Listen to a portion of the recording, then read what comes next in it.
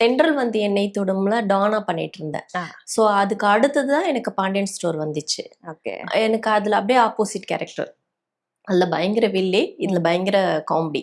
So அந்த மாதிரி comedy எனக்கு செட் ஆகும்னு நான் நினைச்சு பார்க்கல. ஓகே. ஆனா அது நான் கேட்டேன், ஃபர்ஸ்ட் டேவே கேட்டேன் டைரக்டர் கிட்ட, ம். என்ன கேரக்டர் ஆக்சுவலானா உங்களுக்கு காமெடி இருக்கும் அப்படின்ட்டு. எனக்கு காமெடி வராதேன்னு. யார் சொன்னா வராதுன்ட்டு, பண்ணுங்க வரும், ட்ரை பண்ணுங்க, உங்களுக்கு இருக்க டேலண்ட் பண்ணுங்க அப்படின்னு, பார்த்துக்கலாம்னு சரின்னு சொல்லி பண்ணேன். அந்த ஃபர்ஸ்ட் சீனே இட்லி சீன் வரும்போதே நிறைய பேர் கிளாப் பண்ணாங்க, அங்க இருக்கிறவங்களே என்கரேஜ் பண்ணாங்க, வருது அதே கண்டினியூ பண்ணு அப்படின்ட்டு. ஸோ அந்த அந்த அளவுக்கு அந்த பீக்ல போச்சு அந்த மாரி ரோல்.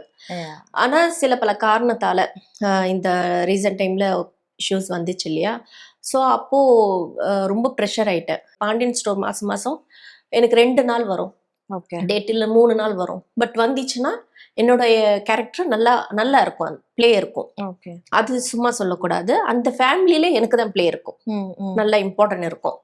அதுக்கேற்ற மாதிரி நல்லா ரீச் ஆச்சு. அந்த பீரியட்ல இந்த பிரச்சனை ஒரு பக்கம், ஹெல்த் ஒரு பக்கம். ஸோ ரெண்டும் எனக்கு கொலாப்ஸ் ஆகும்போது கொஞ்சம் அதுலேருந்து வெளியே வந்து ஒரு 2 மாதம் 3 மாதம் கொஞ்சம் ரெஸ்ட் எடுக்கலாம், காலுக்கெல்லாம் கொஞ்சம் நல்லா ட்ரீட்மெண்ட் எடுக்கலாம், டாக்டர் வந்து கொஞ்சம் ரெஸ்ட் எடுங்க அப்படின்னு சொல்லும்போது தான் அதுலேருந்து வெளியே வந்தேன், பாண்டியன் ஸ்டோர்லேருந்து வெளியே வந்தேன். இதுதான் ரீசன்.